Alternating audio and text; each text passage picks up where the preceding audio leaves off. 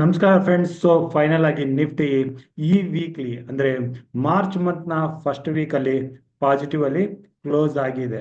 So ಇದ್ರ ಬಗ್ಗೆ ನಾವು ಮುಂದೆ ಡಿಸ್ಕಸ್ ಮಾಡೋಣ. 10th ಮಾರ್ಚ್ ಸೋಮವಾರ ಹಾಗೂ ಮಾರ್ಚ್ ಸೆಕೆಂಡ್ ವೀಕ್ ಅಲ್ಲಿ ಮಾರ್ಕೆಟ್ ಹೇಗೆ ಹೋಗ್ಬೋದು ಅಂತ.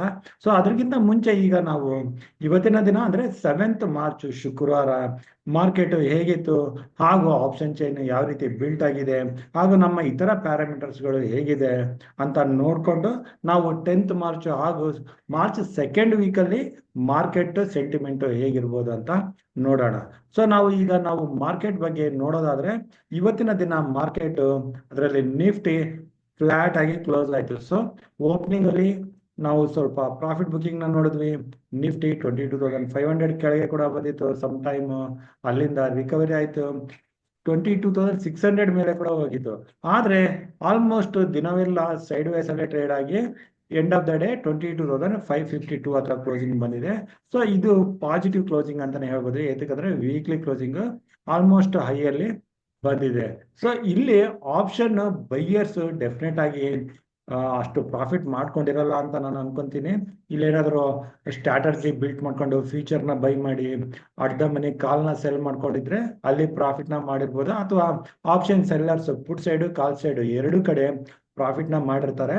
So option buyers very rare. ಯಾವಾಗ ನಿಫ್ಟಿ ಆಗ್ಲಿ ಬ್ಯಾಂಕ್ ನಿಫ್ಟಿ ಆಗ್ಲಿ one side momentum at least like 1% momentum 1.5% momentum ಕೊಟ್ಟಿದ್ದಿನ ಮಾತ್ರನೇ ಆಪ್ಷನ್ ಬೈಯರ್ಸ್ಗೆ ಲಾಭ ಆಗುತ್ತೆ.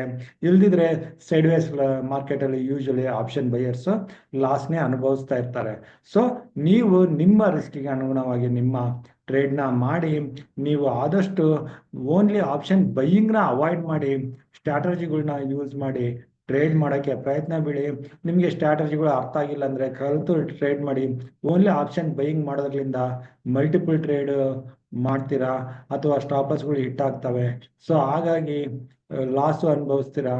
ಸೊ ಆದಷ್ಟು ಸ್ಟ್ರಾಟಜಿಗಳನ್ನ ಯೂಸ್ ಮಾಡಿ ಟ್ರೇಡ್ ಮಾಡಿ. ಓನ್ಲಿ ನೇಕಡ್ ಆಪ್ಷನ್ ಸೆಲ್ಲಿಂಗ್ ಮಾಡೋದು ಕೂಡ ರಿಸ್ಕ್ ಇರುತ್ತೆ. ಸೈಡ್ ವೇಸ್ ಮಾರ್ಕೆಟ್ ಅಲ್ಲಿ ಫೈನ್ ಲಾಭ ಮಾಡ್ಬೋದು, ಆದ್ರೆ ಒನ್ ಸೈಡ್ ಮೂಮೆಂಟಮ್ ಬಂದಾಗ ಆಪ್ಷನ್ ಸೆಲ್ಲರ್ಸ್ಗೂ ಲಾಸ್ ಆಗೋ ಚಾನ್ಸಸ್ ಇರುತ್ತೆ. ಸೊ ಬೆಟರ್ ಆಪ್ಷನ್ ನಲ್ಲಿ ಟ್ರೇಡ್ ಮಾಡಬೇಕು ಅಂತಂದ್ರೆ ಸ್ಟ್ರಾಟಜಿಗಳನ್ನ ಯೂಸ್ ಮಾಡ್ಕೊಂಡು ಟ್ರೇಡ್ ಮಾಡ್ಬೋದು. ಸೊ ಜಸ್ಟ್ ಇದನ್ನ ಹೇಳ್ಬೇಕು ಅನ್ಕೊಂಡಿದ್ದು. ಸೊ ಈಗ ನಿಫ್ಟಿ ಫ್ಲಾಟ್ ಅಲ್ಲಿ ಕ್ಲೋಸ್ ಆಗಿದೆ.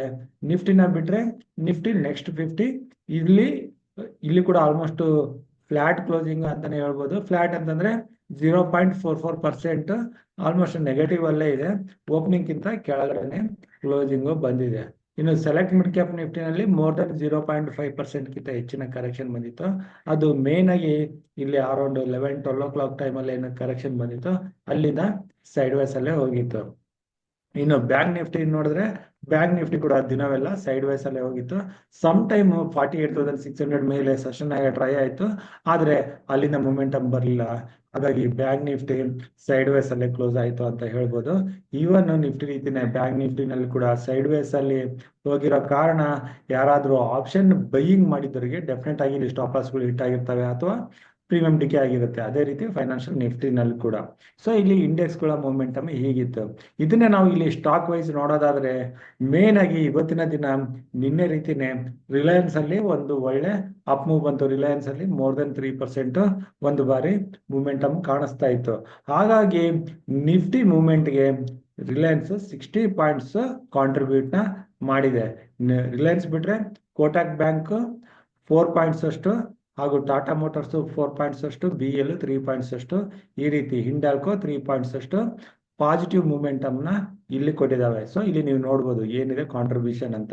ಅದೇ ನೆಗೆಟಿವ್ ಅಲ್ಲಿ ನೋಡಿದ್ರೆ ಇನ್ಫೋಸಿಸ್ ನೆಗೆಟಿವ್ ಮೂವ್ಮೆಂಟ್, ಇದರಲ್ಲಿ 1.74% ಅಷ್ಟು ನೆಗೆಟಿವ್ ಮೂವ್ಮೆಂಟಮ್ ಇರೋ ಕಾರಣ ಇನ್ಫೋಸಿಸ್ ಅಲ್ಲಿ 23 ಪಾಯಿಂಟ್ಸ್ ನಿಫ್ಟಿ ನೆಗೆಟಿವ್ ಮೂವ್ಮೆಂಟ್ ಕೊಡಕ್ಕೆ ಕಾರಣ ಆಯ್ತು. ಅದಾದ್ಮೇಲೆ ನೆಕ್ಸ್ಟ್ NTPC ಇಲ್ಲಿ ಮೋರ್ ದನ್ 2% ಕರೆಕ್ಷನ್ NTPC ನಲ್ಲಿ ಕೊಟ್ಟಿತ್ತು. ಇದರಿಂದ ನಿಫ್ಟಿನಲ್ಲಿ 8 ಪಾಯಿಂಟ್ಸ್ ನೆಗೆಟಿವ್ ಮೂವ್ಮೆಂಟ್ ಬರೋಕೆ ಕಾರಣ ಆಯ್ತು. ಸೊ ಈ ರೀತಿ ನಾವು ಇಲ್ಲಿ ನೋಡ್ತಾ ಬಂದ್ರೆ ಬಾಟಮ್ ಅಲ್ಲಿ ಕಾಲ್ಸ್ ಇದು ಪಾಸಿಟಿವ್ ಗಿಂತ ನೆಗೆಟಿವ್ ಹೆಚ್ಚಾಗಿದ್ವು. ಸೊ 23 ಸ್ಟಾಕ್ಸ್ ಪಾಸಿಟಿವ್ ಅಲ್ಲಿ ಕ್ಲೋಸ್ ಆದ್ರೆ 27 ಸ್ಟಾಕ್ಸ್ ನೆಗೆಟಿವ್ ಅಲ್ಲಿ ಕ್ಲೋಸ್ ಆಗಿದ್ದಾವೆ. ಓವರ್ ಆಲ್ ಆಗಿ ಇಲ್ಲಿ ರಿಲಯನ್ಸ್ ಪಾಸಿಟಿವ್ ಮೂಮೆಂಟ್ ಇರೋದಕ್ಕಾಗಿ ನಿಫ್ಟಿ ಫೈನಲ್ ಆಗಿ ಪಾಸಿಟಿವ್ ಅಲ್ಲಿ ಕ್ಲೋಸ್ ಆಯ್ತು ಅಂತ ಈಗ ಹೇಳ್ಬೋದು. ಇನ್ನು ಈ ಕ್ಲೋಸಿಂಗ್ ನಂತರ ಆಪ್ಷನ್ ಚೈನ್ ಯಾವ ರೀತಿ ಬೀಟ್ ಆಗಿದೆ ಅಂತ, ಇನ್ನು ನಿಫ್ಟಿನಲ್ಲಿ total open interest put side ಅಲ್ಲಿ 17 lakhs ಇದ್ರೆ ಕಾಲ್ ಸೈಡ್ ಅಲ್ಲಿ 15 lakhs. ಸೊ ನಿಫ್ಟಿ ಬುಲಿಶ್ ಆಗಿ ಕಾಣಿಸ್ತಾ ಇದೆ. ಇದು ವೀಕ್ಲಿ ಎಕ್ಸ್ಪೈರಿ ಆಪ್ಷನ್ ಚೈನ್. ಇದರಲ್ಲಿ ಕಾಲ್ ಸೈಡ್ ಅಲ್ಲಿ ನೆಕ್ಸ್ಟ್ ಹೈಯೆಸ್ಟ್ ಓಪನ್ ಇಂಟ್ರೆಸ್ಟ್ 1,11,000 22,800 ಹತ್ರ ಇದೆ. ಅಲ್ಲಿಂದ 1,10,000 23,000 ಹತ್ರ ಇದೆ. ಅದೇ ಸಪೋರ್ಟ್ ಅಂತ ಬಂದ್ರೆ ಹೈಯೆಸ್ಟ್ ಓಪನ್ ಇಂಟ್ರೆಸ್ಟ್ ಮೊದಲೇದಾಗಿ 88,000 22,500 ಹತ್ರ. ಅದಾದ್ಮೇಲೆ 22,300 ಹತ್ರ 1,11,000 ಓಪನ್ ಇಂಟ್ರೆಸ್ಟ್ ಬಿಲ್ಟ್ ಆಗಿದ್ದಾವೆ. ಸೊ ಈ ನಂಬರಿಂಗ್ ಇಂದ ಎಷ್ಟು ಅರ್ಥ ಆಯ್ತು? ಸೊ ಇದನ್ನ ನಾನು ಕಳೆದ ಯಾವಾಗಿಂದ ನಾನು ಆಪ್ಷನ್ ಚೈನ್ ನ ರಿವ್ಯೂ ಮಾಡ್ತಾ ಇದ್ದೀನಿ ಆಗಿಂದ ಆಲ್ಮೋಸ್ಟ್ ನಾವು ಆಪ್ಷನ್ ಚೈನ್ ಇದೇ ರೀತಿ ರಿವ್ಯೂ ಮಾಡ್ತಾ ಇದ್ದೀವಿ. ಸೊ ಇವತ್ತಿನ ದಿನ ಓನ್ಲಿ ನಂಬರ್ಸ್ ಇಂದ ಆಪ್ಷನ್ ಚೈನ್ ನ ರೀಡ್ ಮಾಡಕ್ಕೆ ಕಷ್ಟ ಆಗೋರಿಗೋಸ್ಕರ ನಾವು ಇವತ್ತಿನ ದಿನ ಆಪ್ಷನ್ ಚೈನ್ ನ ಬಾರ್ ಚಾರ್ಟ್ ಮುಖಾಂತರ ತಿಳ್ಕೊಳ್ಳೋಕೆ ಪ್ರಯತ್ನ ಬೀಳೋಣ. ಸೊ ಈಗ ನಾನು ನಿಫ್ಟಿ ಆಪ್ಷನ್ ಚೈನ್ ಅಲ್ಲಿ ಇದ್ದೀನಿ. ಇಲ್ಲಿ ಬಾರ್ ಚಾರ್ಟ್ ಪ್ರಕಾರ ಸೊ ಇಲ್ಲಿ ನೀವು ನೋಡಬಹುದು ರೆಡ್ ಬಾರ್ಸ್ ಇರೋವು ಇದು ಪುಟ್ ಪೊಸಿಷನ್ಸ್, ಹಾಗೂ ಇಲ್ಲಿ ಬ್ಲೂ ಕ್ಯಾಂಡಲ್ಸ್ ಇರೋದು ಇದು ಕಾಲ್ ಪೊಸಿಷನ್ಸ್. ಸೊ ಇಲ್ಲಿ ನೆಕ್ಸ್ಟ್ ಸಪೋರ್ಟ್ ಬರ್ತಾ ಇರೋದು ನಾವು ಆಪ್ಷನ್ ಚೈನ್ ಅಲ್ಲಿ ನೋಡಿದ್ವಿ. ಮೊದಲನೇ ಸಪೋರ್ಟ್ 22,500 ಹತ್ರ. ಇಲ್ಲಿ ಏನು ಹೈಯೆಸ್ಟ್ ಓಪನ್ ಇಂಟ್ರೆಸ್ಟ್ ಇದೆ ನೋಡಿ, ಇದು ಮೇನ್ ಸಪೋರ್ಟ್ ಆಗಿರುತ್ತೆ. ಇದ್ರ ಕೆಳಗಡೆ ನಿಫ್ಟಿ ಟೈಮ್ ಸ್ಪೆಂಡ್ ಮಾಡಿದ್ರೆ ಮಾತ್ರನೇ ಹೆಚ್ಚಿನ ಕರೆಕ್ಷನ್. ಅಲ್ಲಿಂದ ನೆಕ್ಸ್ಟ್ ಹೈಯೆಸ್ಟ್ 22,300 ಅಂತ ಏನಿದೆ ಇದು ಸೆಕೆಂಡ್ ಸಪೋರ್ಟ್ ಬರುತ್ತೆ. ಸೊ ನಿಮ್ಗೆ ಅರ್ಥ ಆಗಿರ್ಬೋದು. ಅದೇ ಕಾಲ್ ಸೈಡ್ ಅಲ್ಲಿ ನೋಡಿದ್ರೆ ಈಗ 22,500 ಮೇಲೆ ಸೆಷನ್ ಆಗಿದೆ. ಇಲ್ಲಿ ಸ್ಮಾಲ್ ರೆಸಿಸ್ಟೆನ್ಸ್ 22,600 ಹತ್ರ ಇದೆ. ಆದ್ರೆ ಮೇನ್ ಆಗಿ ಹೈಯೆಸ್ಟ್ ಓಪನ್ ಇಂಟ್ರೆಸ್ಟ್ ಇರೋದು 22,800 ಹತ್ರ ಇಲ್ಲಿ ನೀವು ನೋಡ್ಬೋದು. ಇದು ಮೇನ್ ರೆಸಿಸ್ಟೆನ್ಸ್ ಆಗಿರುತ್ತೆ. ಅದೇ ರೀತಿ ಇದನ್ನ ಕ್ರಾಸ್ ಆದ್ರೆ ನೆಕ್ಸ್ಟ್ 23,000 ಹತ್ರ ನೆಕ್ಸ್ಟ್ ರೆಸಿಸ್ಟೆನ್ಸ್ ಇರುತ್ತೆ. ಸೊ ಈ ರೀತಿ ಇಲ್ಲಿ ನಾವು ಅನಲೈಸ್ ಮಾಡಕ್ಕೆ ಎಲ್ಲಿ ಹೈಯೆಸ್ಟ್ ಓಪನ್ ಇಂಟ್ರೆಸ್ಟ್ ಬಿಲ್ಟ್ ಆಗಿದೆ ಅಂತ ನೋಡಕ್ಕೆ ಈ ಬಾರ್ ಚಾರ್ಟ್ ನಮಗೆ ಹೆಲ್ಪ್ ಆಗ್ತಾ ಇದೆ. ಮೋಸ್ಟ್ಲಿ ನಿಮ್ಗೆ ಈ ಬಾರ್ ಚಾರ್ಟ್ ಅರ್ಥ ಆಗಿದೆ ಇಷ್ಟ ಆಗಿದೆ ಅಂತಂದ್ರೆ ನಾನು ಕಮಿಂಗ್ ವಿಡಿಯೋಸ್ ದಲ್ಲಿ ಕೂಡ ಇದ್ರ ಬಗ್ಗೆ ಹೇಳ್ತೀನಿ. ಸ್ವಲ್ಪ ನನಗೆ ಕಮೆಂಟ್ ಬಾಕ್ಸ್ ಮೂಲಕ ತಿಳಿಸಿ. ಹಾಗೂ ಇಂಪಾರ್ಟೆಂಟ್ ಆಗಿ ಹೇಳ್ಬೇಕಾಗಿರೋದು, ನಮ್ಮ ವಿಡಿಯೋಗಳಲ್ಲಿ ವ್ಯೂಸ್ ಇಲ್ಲಿ 100+ ಸಮ್ ಟೈಮ್ ಬರುತ್ತೆ, ಈವನ್ 100ಕ್ಕಿಂತ ಕೆಳಗಡೆ ಇರುತ್ತೆ. ಹಾಗೂ ಲೈಕ್ಸ್ ಕೂಡ ಬರ್ತವೆ, ಆದ್ರೆ ಬಹಳ ಕಡಿಮೆ. ಇಲ್ಲಿ ಎಷ್ಟೆಲ್ಲ ವ್ಯೂಸ್ ಲೈಕ್ಸ್ ಬರ್ತವೆ, ಇಷ್ಟು ಸಲುವಾಗಿ ನಾವು ಈ ರೀತಿ ರೆಗ್ಯುಲರ್ ಆಗಿ ವಿಡಿಯೋ ಮಾಡಕ್ಕೆ ಟ್ರೈ ಮಾಡ್ತೀವಿ. ಸೊ ಇಲ್ಲಿ ನಾನು ರಿಕ್ವೆಸ್ಟ್ ಮಾಡೋದು, ನಿಮ್ಗೆ ನಮ್ಮ ವಿಡಿಯೋಗಳು ಇಷ್ಟ ಆಗ್ತಾ ಇದ್ರೆ, ಲೆವೆಲ್ಸ್ ಅರ್ಥ ಆಗ್ತಾ ಇದ್ರೆ, ಸೊ ಡೆಫಿನೆಟ್ ಆಗಿ ನೀವು ನನಗೆ ಕಮೆಂಟ್ ಬಾಕ್ಸ್ ಮೂಲಕ ನಿಮ್ಮ ಅನಿಸಿಕೆ ಏನ್ ಅನಿಸ್ತಾ ಇದೆ, ನಮ್ಮ ವಿಡಿಯೋದಲ್ಲಿ ಯಾವ ಪಾಯಿಂಟ್ಸ್ ಇಷ್ಟ ಆಗ್ತಿದೆ ಅನ್ನೋದನ್ನ ಹೇಳಿ. ನೆಗೆಟಿವ್ ಪಾಯಿಂಟ್ಸ್ ಇದ್ರೆ ಕೂಡ ಹೇಳಿ, ಅದನ್ನ ನಾನು ಸರಿ ಮಾಡ್ಕೊಳ್ಳೋಕೆ ಪ್ರಯತ್ನ ಬೀಳ್ತೀನಿ. ಹಾಗೂ ಆದಷ್ಟು ಲೈಕ್ ಮಾಡಿ, ಅದರಿಂದ ಡೆಫಿನೆಟ್ ಆಗಿ ನಮ್ಗೆ ಮೋಟಿವೇಶನ್ ಸಿಗುತ್ತೆ. ಓಕೆ, ಇನ್ನು ನಾವು ಇಲ್ಲಿ ಮುಂದುವರೆದ್ರೆ ಈಗ ಆಪ್ಷನ್ ಚೈನ್ ಇಂದ ಇಲ್ಲಿ ನಾವು ನೆಕ್ಸ್ಟ್ ನಮ್ಮ ಟ್ರೇಡಿಂಗ್ ವ್ಯೂಗೆ ಬಂದ್ರೆ ಇಲ್ಲಿ ನಾವು ಇಂಪಾರ್ಟೆಂಟ್ ಪ್ಯಾರಾಮೀಟರ್ಸ್ ಗಳನ್ನ ಮೊದಲು ಡಿಸ್ಕಸ್ ಮಾಡೋಣ. ಇಲ್ಲಿ ನಮ್ಮ India volatility index, India fear index ಅಂತಾನೆ ಕರಿತೀವಿ. ಇದು 13 ಹತ್ರನೇ ಇದೆ, 14 ಕೆಳಗಡೆ. ಸೊ ವೆರಿ ಕಂಫರ್ಟಬಲ್ ಲೆವೆಲ್ ಅಲ್ಲಿ, ಯಾವುದೇ ಟೆನ್ಷನ್ ಇಲ್ಲ ಮಾರ್ಕೆಟ್ ಅಲ್ಲಿ. ಹಾಗೂ ನಾವು ಡಾಲರ್ ಇಂಡೆಕ್ಸ್ ಬಗ್ಗೆ ಡಿಸ್ಕಸ್ ಮಾಡ್ತಾ ಇದ್ವಿ. ಇದು ಅಗೇನ್ ಕಡಿಮೆ ಆಗ್ತಾ 104 ಇಂದ 103 ಬಂದಿದೆ. ಸೊ ಇದು ಆಲ್ಮೋಸ್ಟ್ ವೆರಿ ಕಂಫರ್ಟಬಲ್ ಲೆವೆಲ್ ಅಂತಾನೆ ಹೇಳ್ಬೋದು. ಮಾರ್ಕೆಟ್ಗೆ ತುಂಬಾ ಪಾಸಿಟಿವ್, ಈಕ್ವಿಟಿ ಮಾರ್ಕೆಟ್ಗೆ. ಇನ್ನು US ಬಾಂಡ್ ಯೀಲ್ಡ್ ಇದು 4.5 ಕೆಳಗಡೆ ಬಂದಾಗಿಂದಾನೆ ಪಾಸಿಟಿವ್ ಇತ್ತು. ಸ್ವಲ್ಪ ನಿನ್ನೆ ಮೊನ್ನೆ ಸ್ವಲ್ಪ ಮೇಲೆ ಹೋದ್ರೆ ಕೂಡ ಇದು 4.4 ಇಂದಾನೆ ರಿಜೆಕ್ಷನ್ ಕಂಡು ಕೆಳಗಡೆ ಬರ್ತಾ ಇದೆ. ಇಲ್ಲಿ ಬಾಂಡ್ ಯೀಲ್ಡ್ ಕಡಿಮೆ ಆಗ್ತಾ ಇದ್ರೆ, US ಡಾಲರ್ ಇಂಡೆಕ್ಸ್ ಕಡಿಮೆ ಆಗ್ತಿದ್ರೆ ಅದು ಓವರ್ ಆಲ್ ಈಕ್ವಿಟಿ ಮಾರ್ಕೆಟ್ಗೆ ಪಾಸಿಟಿವ್ ಆಗಿ ಇರುತ್ತೆ. ಇನ್ನು ನಮ್ಮ rupee value against US dollar ಇದು ಇನ್ನು ನಮಗೆ ಟ್ರಬಲ್ ಕೊಡ್ತಾ ಇದೆ, 87 ಮೇಲೆ ಇದೆ. ಸೊ ಇದು ನಮಗೆ 87 ಕೆಳಗಡೆ ಹೋದ್ರೆ ಆಕ್ಚುಲಿ ತುಂಬಾ ಪಾಸಿಟಿವ್ ಆಗಿರುತ್ತೆ. ಸೊ ಸದ್ಯಕ್ಕೆ ಮಾತ್ರ ಇದು ಕಳೆದ ವಾರದಿಂದ ಅದು ಫೆಬ್ರವರಿ 28 ಅಲ್ಲಿ 87.5 ಹತ್ರ ಹೋಗಿತ್ತು, ಅಲ್ಲಿಂದ ಇನ್ನು ಕೆಳಗಡೆನೆ ಇದೆ. ಸೊ ಇದೇ ಲೆವೆಲ್ ಅಲ್ಲಿ ಅಥವಾ ಕೆಳಗಡೆ ಇದ್ರೆ ಅದು ಈಕ್ವಿಟಿ ಮಾರ್ಕೆಟ್ಗೆ ಪಾಸಿಟಿವ್ ಆಗುತ್ತೆ. ಇನ್ನು ಬ್ರೆಂಟ್ ಕ್ರೂಡ್ ಆಯಿಲ್ 70 ಹತ್ರ ಇದೆ, ಇದು ಕೂಡ ಓವರ್ ಆಲ್ ಈಕ್ವಿಟಿ ಮಾರ್ಕೆಟ್ಗೆ ಪಾಸಿಟಿವ್. ಓವರ್ ಆಲ್ ಎಲ್ಲ ಕಡೆಯಿಂದ ಈಕ್ವಿಟಿ ಮಾರ್ಕೆಟ್ಗೆ ಪಾಸಿಟಿವ್ ಕಾಣಿಸ್ತಾ ಇದೆ. ಇನ್ನು ಡೌ ಜೋನ್ಸ್ US ನ ಮಾರ್ಕೆಟ್ ಅಲ್ಲಿ ಇಲ್ಲಿ ನೆಗೆಟಿವ್ ಮೂವ್ಮೆಂಟಮ್ ನಾವು ನೋಡ್ತಾ ಇದ್ದೀವಿ ಸತತವಾಗಿ. ಇವುಗಳು ತನ್ನ ಡೌ ಜೋನ್ಸ್ ತನ್ನ ಎಲ್ಲಾ moving averages, even 200 moving averages ಕೆಳಗಡೆ ಈಗ ಟ್ರೇಡ್ ಮಾಡ್ತಾ ಇದೆ. ಸೊ ಆಕ್ಚುಲಿ ನೀವು ಕೇಳ್ಬೋದು, ಯು ಎಸ್ ಮಾರ್ಕೆಟ್ ಅಲ್ಲಿ ಕರೆಕ್ಷನ್ ಬರ್ತಾ ಇದೆ ಆದ್ರೆ ಇಂಡಿಯನ್ ಮಾರ್ಕೆಟ್ ಅಲ್ಲಿ ಏತಕ್ಕೆ ಕರೆಕ್ಷನ್ ಬರ್ತಾ ಇಲ್ಲ ಅಂತ. ಸೊ ನೀವು ಕಳೆದ ಜನವರಿ ತಿಂಗಳಲ್ಲಿ ಫೆಬ್ರವರಿ ಜನವರಿ ತಿಂಗಳಲ್ಲಿ ಆಗಿರ್ಬೋದು, ನಮ್ಮ ಇಂಡಿಯನ್ ಮಾರ್ಕೆಟ್ ಅಲ್ಲಿ ಕರೆಕ್ಷನ್ ಬರ್ತಾ ಇತ್ತು ಆದ್ರೆ ಯು ಎಸ್ ಮಾರ್ಕೆಟ್ ಅಲ್ಲಿ ಕರೆಕ್ಷನ್ ಬರ್ತಾ ಇಲ್ಲ. ಸೊ ಈಗ ಇಂಡಿಯನ್ ಮಾರ್ಕೆಟ್ ತಂದೆ ಆದ ಸ್ಟ್ರೆಂತ್ ಇಂದ ಮೇಲೆ ಹೋಗ್ತಾ ಇದೆ. ಸೊ ಸದ್ಯಕ್ಕೆ ಯು ಎಸ್ ಮಾರ್ಕೆಟ್ ಮೇಲೆ ಅಷ್ಟು ಡಿಪೆಂಡ್ ಆಗಿಲ್ಲ, ಆದ್ರೆ every day gap up opening ಅಥವಾ ಗ್ಯಾಪ್ ಡೌನ್ ಓಪನಿಂಗಿಗೆ ಯು ಎಸ್ ಮಾರ್ಕೆಟ್ ನಾವು ನೋಡ್ಲೇಬೇಕಾಗುತ್ತೆ. ಸೊ ಈಗ ಯು ಎಸ್ ಮಾರ್ಕೆಟ್ ಸದ್ಯಕ್ಕೆ ನ್ಯೂಟ್ರಲ್ ಟು ನೆಗೆಟಿವ್ ಆಗಿ ಕಾಣಿಸ್ತಾ ಇದೆ. ಇಲ್ಲಿಂದ ಏನಾದರೂ ಒಳ್ಳೆ ರಿಕವರಿ ಬಂದ್ರೆ gap up opening, again correction ಬಂದ್ರೆ ಗ್ಯಾಪ್ ಡೌನ್ ಓಪನಿಂಗ್ ನ ನೋಡ್ತೀವಿ. ಸೊ ಗ್ಯಾಪ್ ಡೌನ್ ಓಪನ್ ಆದ್ರೆ ಯಾವ ರೀತಿ ಟ್ರೇಡ್ ಮಾಡಬೇಕು, ಗ್ಯಾಪ್ ಅಪ್ ಓಪನ್ ಆದ್ರೆ ಯಾವ ರೀತಿ ಟ್ರೇಡ್ ಮಾಡಬೇಕು ಅಂತ ನಾನು ನೆಕ್ಸ್ಟ್ ಡಿಸ್ಕಸ್ ಮಾಡ್ತೀನಿ. ನೆಕ್ಸ್ಟ್ ಬಂದು ನಾಸ್ಡಾಕ್ ಇಂಡೆಕ್ಸ್, ಇಲ್ಲಿ ಕೂಡ ನೆಗೆಟಿವ್ ಮೂಮೆಂಟಮೇ ಬರ್ತಾ ಇದೆ. ಸೊ ನಾಸ್ಡಾಕ್ ಅಂದ್ರೆ main I T index. So ಅದಕ್ಕಾಗಿ ನಾವು ಐ ಟಿ ಸ್ಟಾಕ್ಗಳಲ್ಲಿ ಹೆಚ್ಚಿನ ಕರೆಕ್ಷನ್ ನೋಡ್ತಾ ಇದೀವಿ ನಮ್ಮ ಇಂಡಿಯನ್ ಮಾರ್ಕೆಟ್ಗೆ. ಸೊ ಇಂಡಿಯನ್ ಮಾರ್ಕೆಟ್ ಬೇರೆ ಸ್ಟಾಕ್ಗಳು ನಮ್ಮ ಇಂಡಿಯಾ ಸೆಂಟಿಮೆಂಟ್ ಮೇಲೆ ಮೂವ್ ಆಗ್ಬೋದು, ಆದ್ರೆ ಐ ಟಿ ಸ್ಟಾಕ್ಗಳು ಮಾತ್ರ ನಾಸ್ಡಾಕ್ ಐ ಟಿ ಸೆಂಟಿಮೆಂಟ್ ಮೇಲೆನೆ ಡಿಪೆಂಡ್ ಆಗಿರುತ್ತೆ, ಅದು ನಿಮಗೆ ಗೊತ್ತಿರಬೇಕಾಗುತ್ತೆ. ಸೊ ಇದು ನಾಸ್ಡಾಕ್ ಇಂಡೆಕ್ಸ್ ಆಯ್ತು. ಈಗ ನಾವು ನಿಫ್ಟಿ ಟ್ರೇಡಿಂಗ್ ಗೆ ಬಂದ್ರೆ, ಇಲ್ಲಿ ನಾವು ವೀಕ್ಲಿ ಚಾರ್ಟ್ ಗೆ ಬಂದ್ರೆ, ಈಗ ವೀಕ್ಲಿ ಚಾರ್ಟ್ ಅಲ್ಲಿ ಈ ನಿಫ್ಟಿ ಒಳ್ಳೆ ಗ್ರೀನ್ ಕ್ಯಾಂಡಲ್ ಅಲ್ಲಿ ಕ್ಲೋಸ್ ಆಗಿದೆ. ಹಾಗೂ ಇದು ತನ್ನ ಪ್ರೀವಿಯಸ್ ವೀಕ್ ಹೈ ಏನಿತ್ತು ಇದನ್ನ ನೀವು ನೋಟ್ ಮಾಡ್ಕೊಳ್ಳಿ, 22,668 ಇದ್ರ ಕೆಳಗಡೆನೆ ಇದೆ. ಸೊ ನಮ್ಗೆ ಒಳ್ಳೆ sharp movement up move next ವೀಕಿಗೆ ನಾವು ಎಕ್ಸ್ಪೆಕ್ಟ್ ಮಾಡ್ತಾ ಇರೋದು 22,668 ಮೇಲೆ ಅಥವಾ 700 ಮೇಲೆ.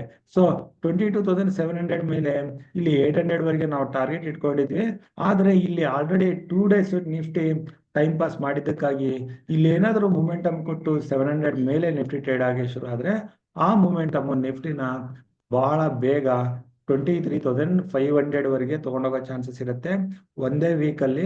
ಸೊ ಅದಕ್ಕೆ ನಾವು ತಯಾರಾಗಿ ಇರ್ಬೇಕಾಗತ್ತೆ.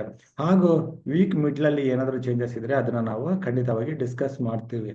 ಇನ್ನು ಬ್ಯಾಂಕ್ ನಿಫ್ಟಿಗೆ ಬಂದ್ರೆ, ಬ್ಯಾಂಕ್ ನಿಫ್ಟಿ ವೀಕ್ಲಿ ಕ್ಯಾಂಡಲ್ ನೋಡ್ಬೋದು. ಬ್ಯಾಂಕ್ ನಿಫ್ಟಿ ಇಲ್ಲಿ ಕೂಡ ಗ್ರೀನ್ ಕ್ಯಾಂಡಲ್ ಕಂಡಿದೆ ವೀಕ್ಲಿ ಕ್ಲೋಸಿಂಗ್, ಆದ್ರೆ ಇದು ಪ್ರೀವಿಯಸ್ ವೀಕ್ ಹೈನ ಕ್ರಾಸ್ ಆಗಿಲ್ಲ. ಸೊ ಬ್ಯಾಂಕ್ ನಿಫ್ಟಿನಲ್ಲಿ ನೆಕ್ಸ್ಟ್ ಅಪ್ ಮೂವ್ ಅಂತ ಬರೋದು ನಾವು ನಿನ್ನೆ ವಿಡಿಯೋದಲ್ಲಿ ಕೂಡ ಡಿಸ್ಕಸ್ ಮಾಡ್ತಾ ಇದ್ವಿ.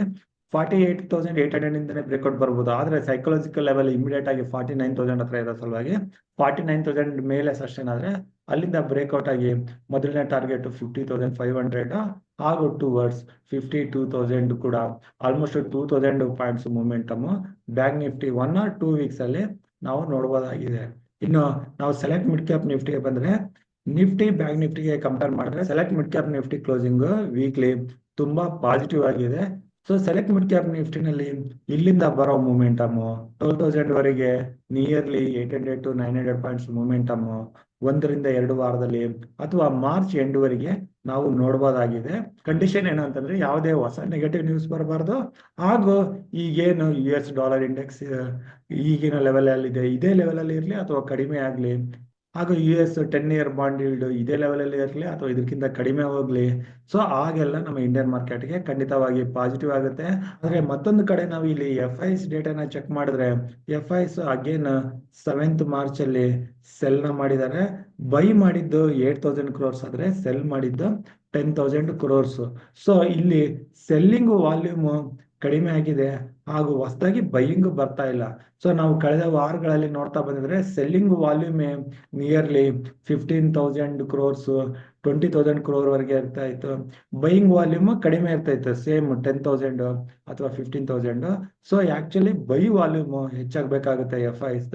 ಸೊ ಬೈ ವಾಲ್ಯೂಮ್ ಹೆಚ್ಚಾದ್ರೆ ಎಫ್ ಐಸ್ ನೆಟ್ ಕ್ಯಾಶ್ ಅಲ್ಲಿ ಗ್ರೀನ್ ನಂಬರ್ಸ್ ಬರೋಕೆ ಶುರು ಆದ್ರೆ ಆಗ ಖಂಡಿತವಾಗಿ ನಾವು ಇಂಡಿಯನ್ ಮಾರ್ಕೆಟ್ ಅಲ್ಲಿ ಒಳ್ಳೆ ರಿಕವರಿನ ನೋಡ್ತೀವಿ. ಸೊ ಎಫ್ ಐಸ್ ಕಡೆಯಿಂದ ಕೂಡ ನಮ್ಮ ಇಂಡಿಯನ್ ಮಾರ್ಕೆಟ್ ಗೆ ಸಪೋರ್ಟ್ ಬೇಕಾಗಿರುತ್ತೆ. ವೀಕ್ಲಿ ಕ್ಯಾಂಡಲ್ ಇಂದ ಈಗ ನಾನು 15 ಮಿನಿಟ್ಸ್ ಕ್ಯಾಂಡಲ್ ಗೆ ಬಂದ್ರೆ, ಈ ಮೂಮೆಂಟಮ್ ನಂತರ ಈಗ ನಿಫ್ಟಿ ಆಲ್ಮೋಸ್ಟ್ ಸೈಡ್ ವೇಸ್ ಅಲ್ಲಿ ಹೋಗ್ತಾ ಇದೆ.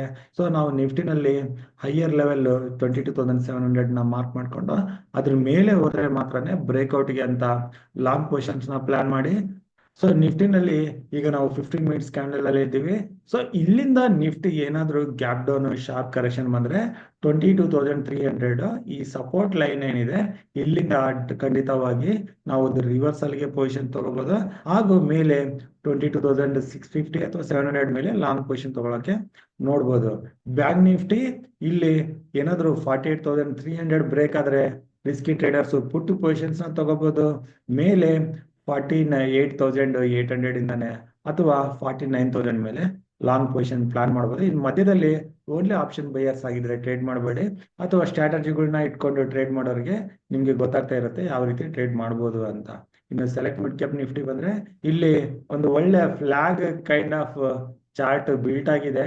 ಸೊ ಇಲ್ಲಿ ನಾವು ಸೆಲೆಕ್ಟ್ ಮಿಡ್ ಕ್ಯಾಪ್ ನಿಫ್ಟಿನಲ್ಲಿ 11,200 ಅಥವಾ 220 ಮೇಲೆ ಪೊಸಿಷನ್ ತಗೊಂಡ್ರೆ ಇಲ್ಲಿಂದ ಡೈರೆಕ್ಟ್ ಆಗಿ 11,600 ವರೆಗೆ ಟಾರ್ಗೆಟ್ ಇಟ್ಕೊಂಡು 1 or 2 ಡೇಸ್ಗೆ ಪ್ಲಾನ್ ಮಾಡ್ಬೋದು. ಅದಾದ್ಮೇಲೆ 11,600 ಮೇಲೆ ಕ್ಲೋಸಿಂಗ್ ಬರೋಕೆ ಶುರು ಆದ್ರೆ ನೆಕ್ಸ್ಟ್ 12,000 ಟಾರ್ಗೆಟ್ ಆಗಿರುತ್ತೆ. ಇನ್ನು ಪುಟ್ ಸೈಡ್ ಅಲ್ಲಿ ಸೆಲೆಕ್ಟ್ ಮಿಡ್ ಕ್ಯಾಪ್ ನಿಫ್ಟಿನಲ್ಲಿ ನಾವು ಯಾವುದೇ ಪೊಸಿಷನ್ಸ್ ನ ನೋಡ್ತಾ ಇಲ್ಲ. ಸೊ ನಾವು ಡಿಸ್ಕಸ್ ಮಾಡಿದ ಪ್ರಕಾರ ಪುಟ್ ಸೈಡ್ ಅಲ್ಲಿ ಓನ್ಲಿ ಬ್ಯಾಂಕ್ ನಿಫ್ಟಿನಲ್ಲಿ ಅದು 48,300 ಕೆಳಗಡೆ ನೋಡ್ತಾ ಇದೀವಿ. ಅದು ಕಡಿಮೆ ಕ್ವಾಂಟಿಟಿನಲ್ಲಿ ಇನ್ನು ಲಾಂಗ್ ಪೊಸಿಷನ್ ತಗೊಳಂಗಿದ್ರೆ ನಿಮ್ಮ ರಿಸ್ಕಿಗೆ ಅನುಗುಣವಾಗಿ ಲಾಂಗ್ ಪೊಸಿಷನ್ ತಗೊಳ್ಳಿ, ಸರಿಯಾದ ಸ್ಟಾಪ್ ಲಾಸ್ ಇಟ್ಕೊಳ್ಳಿ ಅಥವಾ ಸರಿಯಾದ ಹೆಡ್ಜಿಂಗ್ ಮಾಡಿ ಪೊಸಿಷನ್ಸ್ ನ ತಗೊಳ್ಳಿ. ಸೊ ಇಷ್ಟು ಹೇಳ್ತಾ ಇವತ್ತಿನ ವಿಡಿಯೋ ಇಲ್ಲಿಗೆ ಮುಗಿಸ್ತಾ ಇದ್ದೀನಿ. ನನ್ನ ಮುಂದಿನ ವಿಡಿಯೋ ಬರೋವರೆಗೂ ನಿಮಗೆ ನನ್ನ ಕಡೆಯಿಂದ ಧನ್ಯವಾದಗಳು. Thank you.